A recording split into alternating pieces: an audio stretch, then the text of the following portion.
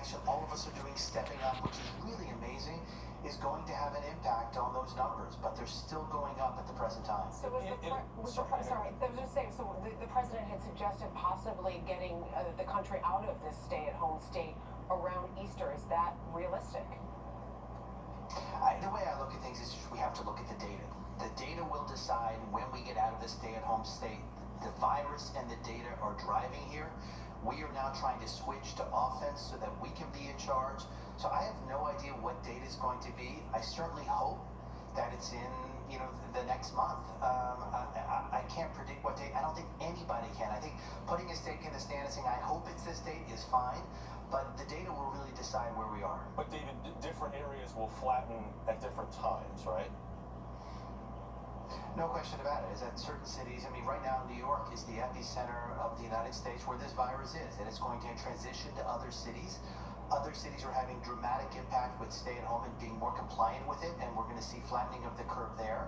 And I think it's going to vary region by region. And the more we restrict travel from region to region, we're going to get better results. Unfortunately, we're in an unprecedented time where we have to sit in one place and not spread the virus at all.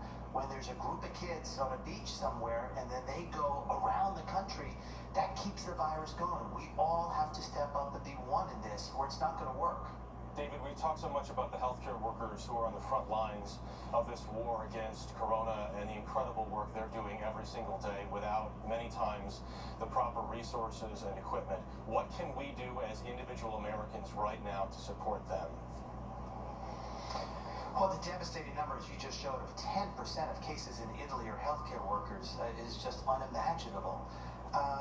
You see hotels in New York, like the Four Seasons, stepped up and said, hey, healthcare workers, we know many of you can't go home because you're afraid to infect your spouse, your children, your neighbors. So we're going to give you places to stay. I hope restaurants step up and feed them. And we do that in every city. These are heroes who are putting their lives at stake. And they don't want to endanger their families, so they're sleeping in their cars. We have to step up and take care of them by any resource we can. Get them the personal protective gear and give them places to stay and food to eat so they can care for us. David, it's interesting. If you talk to people out there, too, some of the people that never would have expected to be in this, somebody who's working as a grocery clerk, that's really interacting with the public, they're ones that also feel like they're on the front line. That's raising anxiety. People are taking care of others at home. There's a lot of stress going on right now. Is there any advice to people on how to deal with the anxiety they may never have experienced before?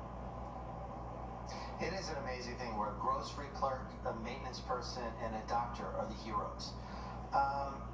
The one thing I can tell you is, or two things actually, is eat 3 meals a day, nothing in between. Don't graze. We're all at home. You're tempting to just grab something all during the day.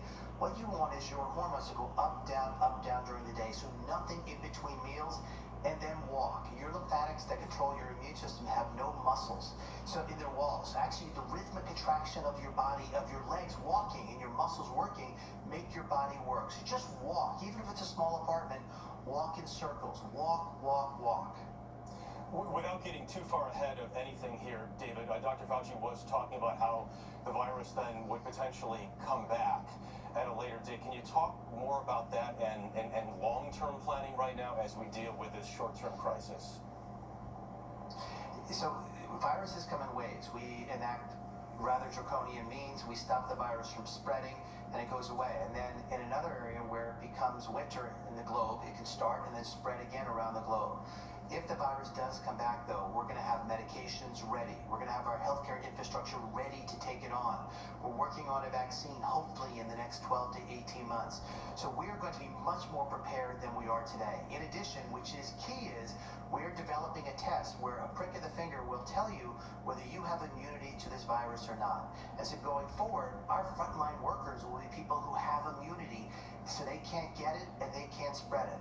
And that's a data-driven way where we can really keep this virus in check and take care of people who haven't yet been exposed to the virus. David, very quickly, a lot of conversation among my friends, people wondering, is it possible that some of us had this back in January and just didn't know? Oh, yes, probably many of you did. Although I'm not sure who you hang around with, that I can't really comment on. But there's no question, many of us had mild symptoms. We didn't know what it was. We didn't want to call our doctor with everything going on to stress him or her. Or we called and the doctor said, stay at home and self-quarantine yourself. This blood test that looks at your immunity, it looks at the proteins in your body called antibodies that fought it, and it would say, are they there? And it's a very simple, inexpensive test, akin to a pregnancy test. This should be out, I hope and pray, over the next several days.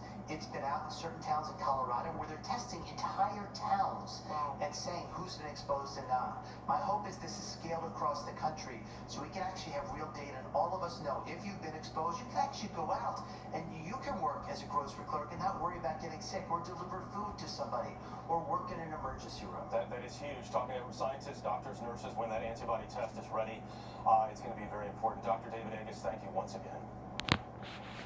Thank you. Japan